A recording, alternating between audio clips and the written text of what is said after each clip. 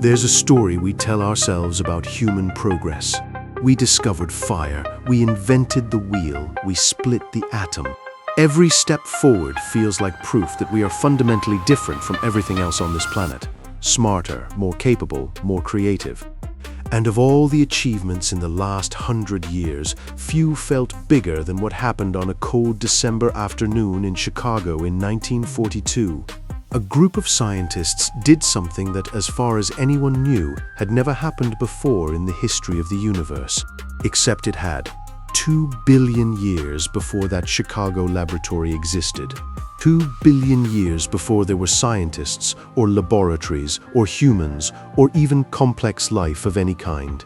Deep beneath the surface of what is now the west coast of Africa, the Earth built a nuclear reactor, and then ran it, quietly, steadily, without any help, for somewhere between 150,000 and 500,000 years. We didn't discover nuclear fission as a process. We independently worked out the principles of something the planet had already demonstrated. And we didn't find out until 30 years after we thought we'd changed the world. December 2nd, 1942, a converted squash court underneath the stands of Stagg Field at the University of Chicago. The Manhattan Project is in full swing. The world is at war. A team led by physicist Enrico Fermi is about to attempt something that, if it went wrong, could have been catastrophic for the entire city. They had spent months stacking layers of graphite bricks and uranium into a structure they called Chicago Pile 1. It wasn't elegant. It was literally a pile 20 feet wide, 20 feet tall, assembled by hand. The space smelled of graphite, dust, and tension. The idea was simple in theory and terrifying in practice. Slow down neutrons enough to trigger a sustained chain reaction in uranium-235. If they got it right, the reaction would be self-sustaining. If they lost control, nobody was entirely sure what would happen. At 3:25 in the afternoon, Fermi gave the order to withdraw the control rods. The instruments began to click, the reaction started, and stayed started, controlled, sustained.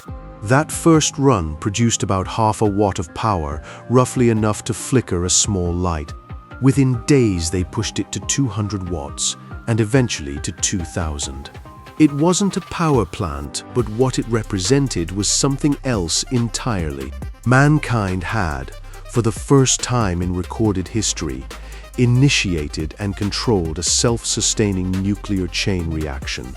Fermi reportedly said nothing dramatic. Someone produced a bottle of Chianti that had been set aside for the occasion. People drank it out of paper cups in a cold squash court under a football stadium.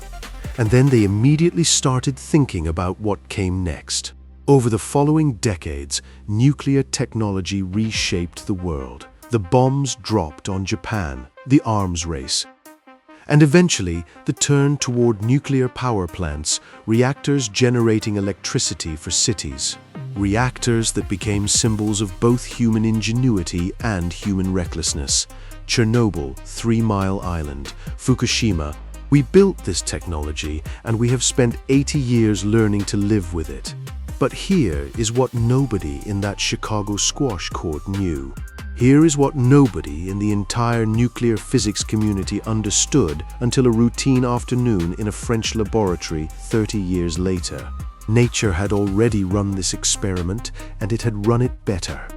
In 1972, a shipment of uranium ore arrived at a fuel processing plant in Pirilat, France. The ore had been mined from a deposit in Oklo, in what is now the Gabonese Republic in Central West Africa. When the technicians ran their standard isotopic analysis, they found something that, according to everything they understood about physics, simply could not be there. Uranium comes in several isotopes. The two that matter here are uranium-238, which is overwhelmingly the most common, and uranium-235, which is the rare one. Uranium-235 is the one that can sustain a chain reaction. When you process uranium ore from anywhere on Earth, The ratio of uranium-235 to uranium-238 is always the same. Always.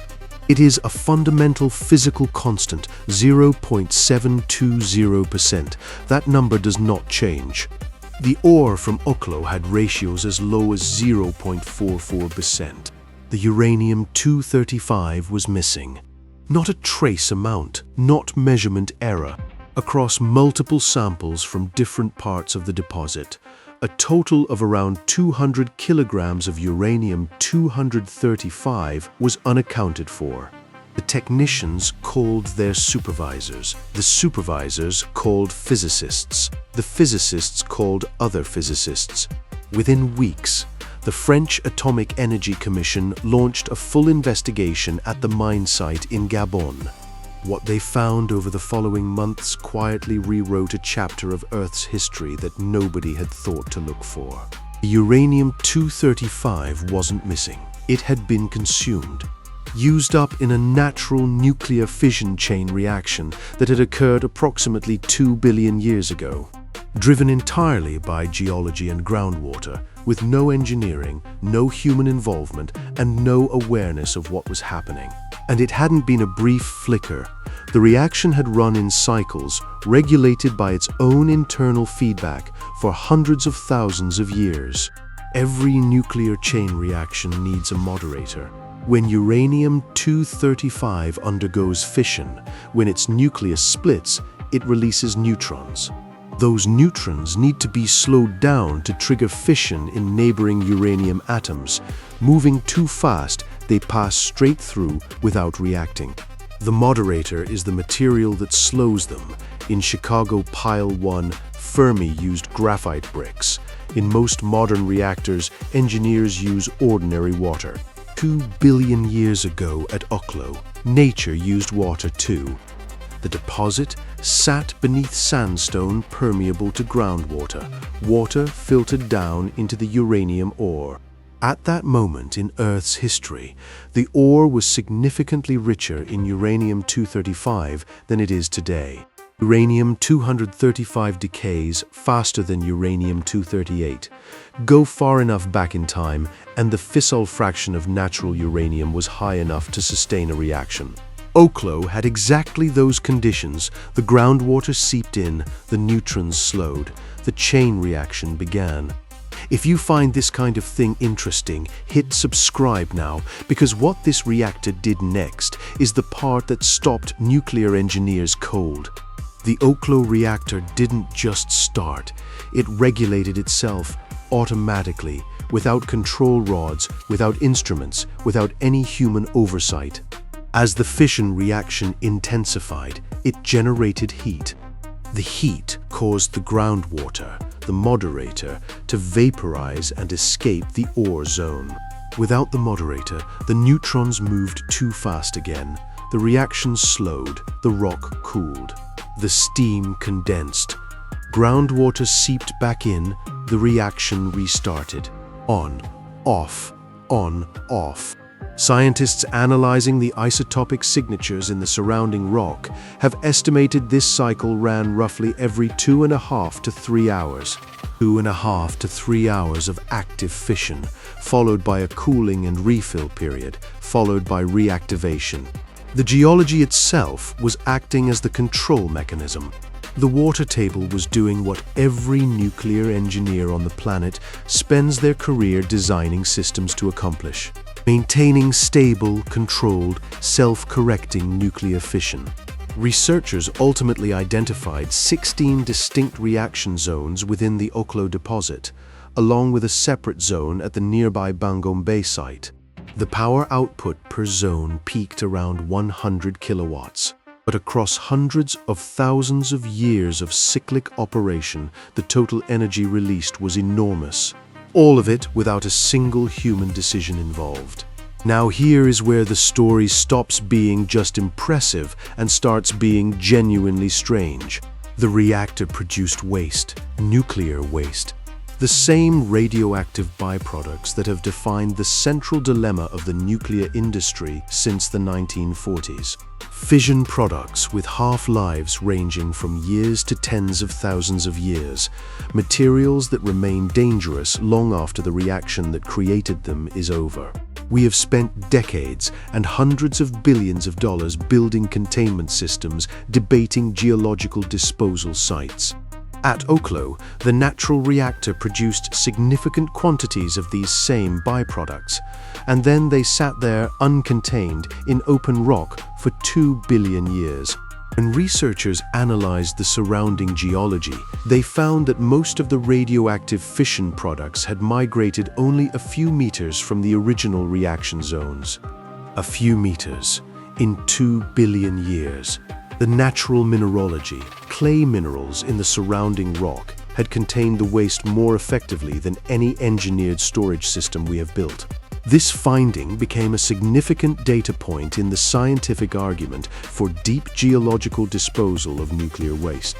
Leave a comment telling me what surprised you most so far, because this next part reframes the whole thing. There is a version of this story where the discovery of Oklo feels like it takes something away. If nature already did this, the argument goes, then Fermi and his team didn't really achieve what we thought they achieved. But that reading gets it exactly backwards. What Fermi's team did in Chicago was not stumble onto a reaction they happened to trigger.